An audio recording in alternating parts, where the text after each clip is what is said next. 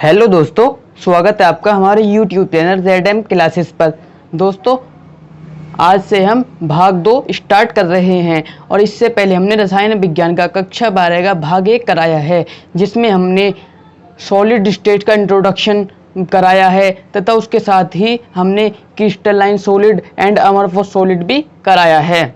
अगर आपने वो वीडियो नहीं देखा है तो नीचे डिस्क्रिप्शन में लिंक दे दिया है, वहाँ से आप वो वीडियो भी देख सकते हैं। तो दोस्तों, आज से हम अध्याय 1 का भाग 2 स्टार्ट कर रहे हैं। भाग 2 में हम पढ़ेंगे घनीय इकाई कोशिका यानी क्यूबिक यूनिट सेल। ओके, तो दोस्तों, घनीय इकाई कोशिका 3 प्रकार की होती है। घनीय इकाई कोशिका 3 प्रकार की होती है।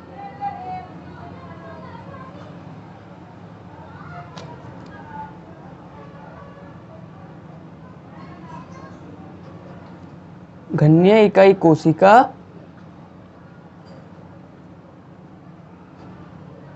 तीन प्रकार की होती है।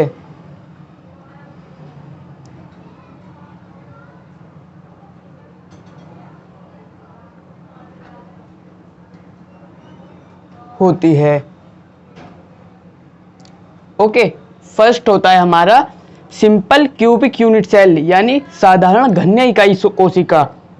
फर्स्ट क्या होता है? साधारण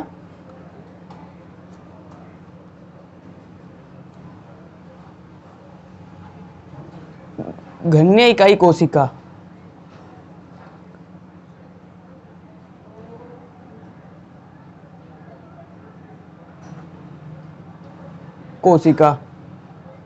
इंग्लिश में बोलते हैं हम सिंपल क्यूबिक यूनिट सेल।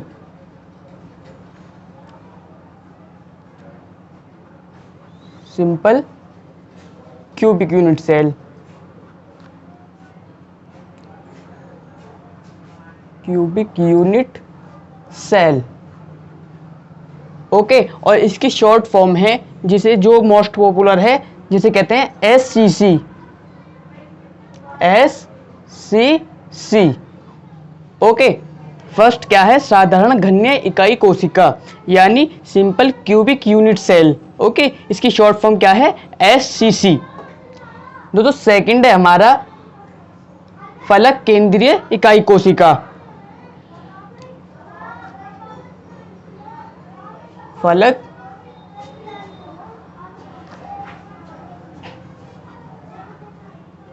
केंद्रीय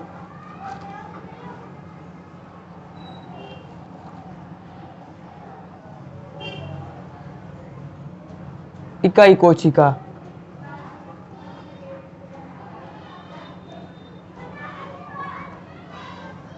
ओके, इंग्लिश में बोलते हैं इसे face centred cubic unit cell या फेस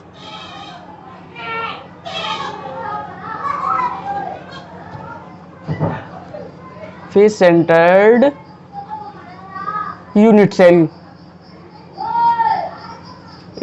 सेल। इसकी शॉर्ट फॉर्म है FCC।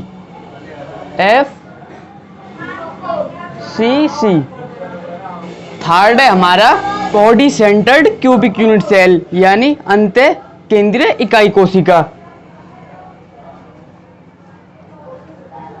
थर्ड है हमारा अंतः ये इकाई कोशिका।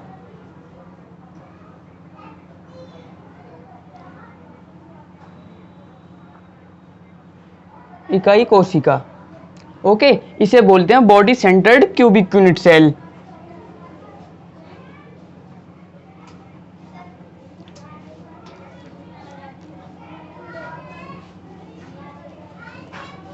Body centred cubic unit cell. Okay, cubic unit cell, body centred cubic unit cell या body centred unit cell. Okay, इसकी शॉर्ट फॉर्म है BCC। ओके, तो घनीय इकाई कोशिका कितने प्रकार की होती है? सेकंड है हमारा, दूसरा है फलक केंद्रीय इकाई कोशिका यानी FCC। ये क्या होता है? वे घनीय इकाई कोशिका जिसके कोनों के अतिरिक्त फलकों पर भी कण, परमाणु, अणु या आयन होते हैं। इसके निर्माण में 4 कणों का योगदान होता है। इसके संकुलन का गुणांक 74% होता है, यानी 74% होता है। इसके परमाणु की त्रिज्या r is equal to a/2√2 होती है। ओके, r क्या होता है? तो चलिए दोस्तों, घन्य इकाई कोशिका के बारे में विस्तार से जानते हैं, यानी इसके तीनों टाइप के बारे में विस्तार से चर्चा करते हैं। तो सबसे पहले हम देखते हैं साधारण घन्य इकाई कोशिका, यानी कि SCC। वे घन्य इकाई कोशिका जिसके केवल कोनों ही पर कण, कण का मतलब होता है परमाणु, अणु या आयन। ओके, एटम, मॉलिक्यूल्स या आयन्स, ओके, होते हैं, यानी वे घन्य इकाई कोशिका जिसके केवल कोनों ही पर कण, परमाणु, अणु या आयन होते हैं। इसके निर्माण में एक कण का योगदान होता है। इसके निर्माण में कितने एटम का योगदान होता है? 1। इसके संकुलन का गुणांक यानी पैकिंग एफिशिएंसी कितनी होती है? 52% होता है। और इसके परमाणु की त्रिज्या r is equal to a/2 होती है, यानी पैकिंग एफिशिएंसी कितनी होती है इसमें? 52%। और कोर लेंथ कितना होता है? r is equal to a/2। Okay, तो चलिए इसे एक डायग्राम के थ्रू समझते हैं। ये क्या बोल रहा है? वे घन्य इकाई कोशिका। सबसे पहले हम एक घन बनाते हैं।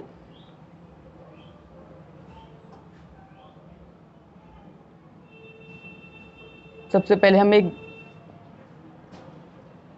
इसका डायग्राम बनाते हैं, ठीक है। ये हमने रफली डायग्राम बना लिया। ये बन गया, ठीक है। क्यूब बनाते हैं, क्योंकि ये घन्य बोल रहा है तो हमें सबसे पहले क्या बनाना होगा? क्यूब। ये हमने एक घन बना लिया।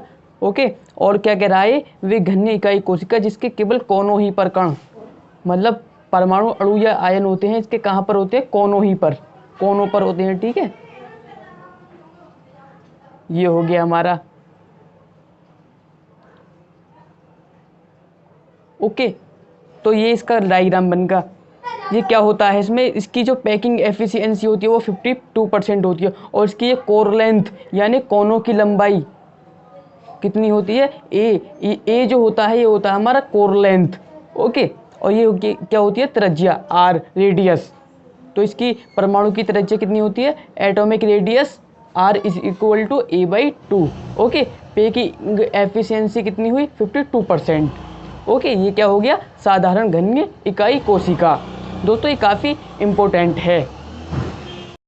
दोस्तों सेकंड है हमारा, दूसरा है फलक केंद्रीय इकाई कोशिका, यानी FCC।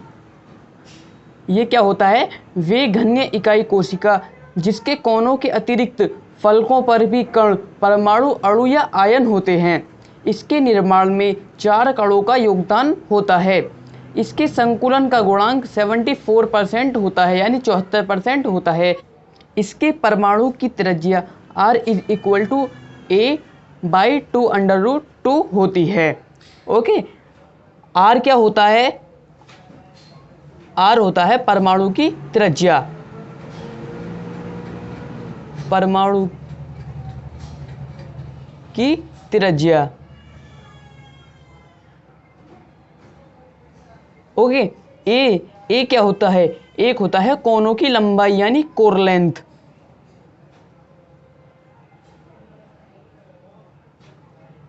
कोनों की लंबाई।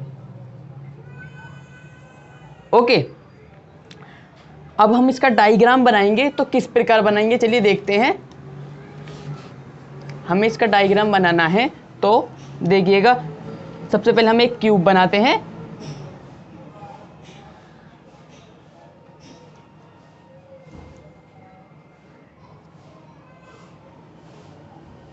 ये देखिए,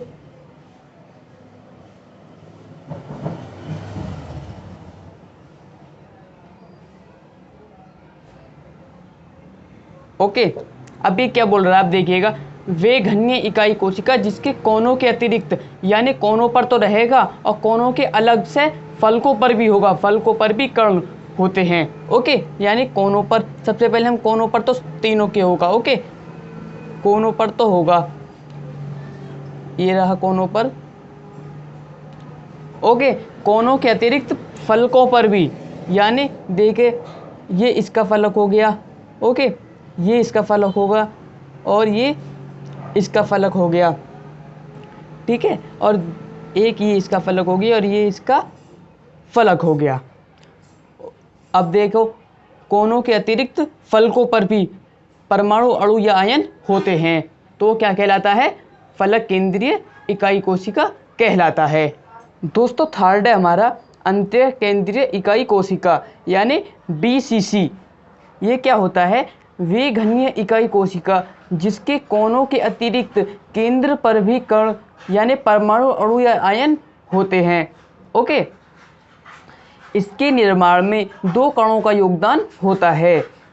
ये 2 कणों का योगदान इस टाइप का क्यों होता है, इसे हम आगे पढ़ेंगे। इसका संकुलन गुणांक 68% होता है और इसके परमाणु की त्रिज्या R = A√3/4 होती है, जहाँ पर R क्या है? परमाणु की त्रिज्या, और A क्या है? कोर लेंथ यानी कोनों की लंबाई, ओके। अगर हम इसका डायग्राम बनाएंगे तो किस प्रकार बनाएंगे, देखो सबसे पहले हम क्यूब बना लेते हैं। ये हम रफली डायग्राम बना रहे हैं, ठीक है, आप बनाइएगा तो अच्छा सा बनाइएगा।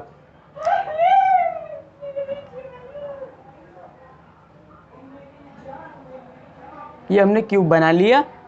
तो ये क्या बोल रहा है? विघनीय इकाई कोशिका जिसके कोनों के अतिरिक्त यानी कोनों पर भी रहेगा, उसके साथ में एक केंद्र पर भी रहेगा यानी सेंटर में, ये सेंटर में हो गया, ठीक है, और कोनों पर तो रहेगा, ये कोनों पर हो गया, ये जो कण होगा कोनों पर तो रहेगा, उनके साथ में सेंटर पर भी रहेगा, ठीक है। इस प्रकार से हम इसका डायग्राम बना सकते हैं। दोस्तों चलिए अब हम देखते हैं कि परमाणु की संख्या कैसे निकालते हैं। इस प्रकार के क्वेश्चन कई बार एग्जाम में पूछ लिए जाते हैं कि SCC में परमाणु की संख्या कितनी होती है, या फिर BCC में परमाणु की संख्या कितनी होती है, या फिर FCC में परमाणु की संख्या कितनी होती है। कई बार एग्जाम में इस प्रकार के क्वेश्चन पुटअप कर लिए जाते हैं। तो चलिए देखते हैं। सबसे पहले हम देखते हैं SCC में। फर्स्ट हम देखते हैं SCC में, ओके, यानी सिंपल क्यूबिक यूनिट सेल। दोस्तों हमने इससे पहले हमने डेफिनेशन जब कराया था तो हमने बताया था कि SCC में जो कण होते हैं हमारे, वो कोनों ही पर होते हैं। किस प्रकार से होते हैं मैं बताता हूँ। ये देखिए,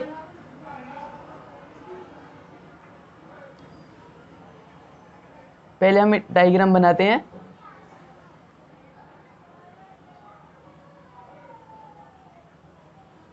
ये हमने क्यूब बना लिया। तो दोस्तों उसमें मैंने बताया था कि SCC में कण जो होते हैं वो कोनों ही पर होते हैं, इस प्रकार से कोनों पर होते हैं, ओके। अब एग्जाम में पूछ लिया जाता है कि परमाणु की संख्या बताइए, यानी परमाणु की संख्या।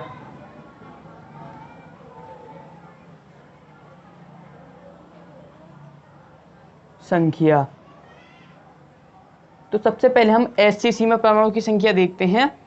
तो दोस्तों जो कण जो होते हैं, अगर कोनों पर कण होते हैं तो वहाँ पर कण की वैल्यू कितनी होती है? 1/8। कितनी होती है यहाँ पर? 1/8। तो हम यहाँ देखें तो देखिएगा 8 कोनों पर हैं। कितने पर हैं? 8 कोनों पर, ओके, 8 कोनों पर हैं। तो देखो कोनों पर इसकी वैल्यू कितनी होती है? 1/8, ओके। अब हम इसे सॉल्व करेंगे। 8 से 8 कट हो गया तो आंसर कितना आया? 1। तो इसका मतलब ये है कि SCC में परमाणु की संख्या कितनी होती है? 1। तो दोस्तों जब हमने डेफिनेशन दे रखी थी तो उसमें बताया था कि इसके निर्माण में एक कण का योगदान होता है, वो इस प्रकार से होता है, ओके। अब हम देखते हैं BCC में। सेकंड हम देखते हैं BCC, ओके। दोस्तों BCC में जब हमने बताया था आपको, तो उसमें क्या बताया था? पहले हम डायग्राम बनाते हैं।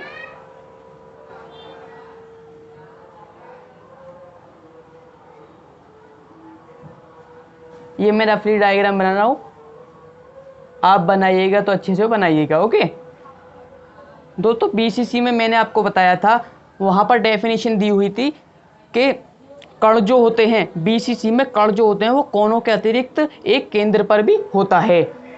कोनों पर तो तीनों के रहेगा, ओके, यानी एचसीसी के भी रहेगा, बीसीसी के भी रहेगा और एफसीसी के रहेगा। ठीक है, बीसीसी में एक जो होता है वो सेंटर में होता है, बिल्कुल केंद्र पर। तो दोस्तों देखिए, हम बीसीसी में परमाणु की संख्या निकालेंगे तो किस प्रकार निकालेंगे, नंबर ऑफ एटम यानी परमाणु की संख्या, परमाणु की संख्या बीसीसी में निकाल ली है। तो देखो, अभी मैंने आपको बताया था कि जब वो कोई भी कण कोनों पर होगा तो उसकी वैल्यू कितनी होगी, 1/8।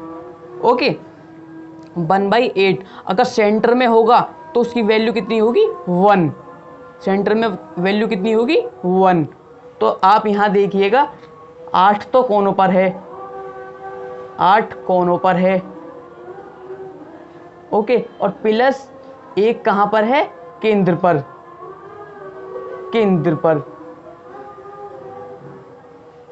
ठीक है, 8 कोनों पर है तो 8 कोनों पर कितनी वैल्यू होती है, 1/8 प्लस 1 कहाँ पर है, केंद्र पर। अभी मैंने बताया था केंद्र पर जो वैल्यू होती है वो कितनी होती है, 1। ओके, इसे सॉल्व करेंगे, 8 से 8 कैंसिल हुआ, 1 प्लस 1 की मल्टीप्लाई 1 में करेंगे तो आंसर कितना आएगा, 1। तो 1 + 1 कितना हुआ, 2। तो इसका मतलब ये है कि बीसीसी में परमाणु की संख्या कितनी होती है, 2। ठीक है, अब हम देखते हैं एफसीसी में, यानी face centred cubic unit cell में। अब हम देखते हैं FCC, third FCC, FCC. Okay, FCC में देखेंगे, पहले हम डायग्राम बनाते हैं इसका।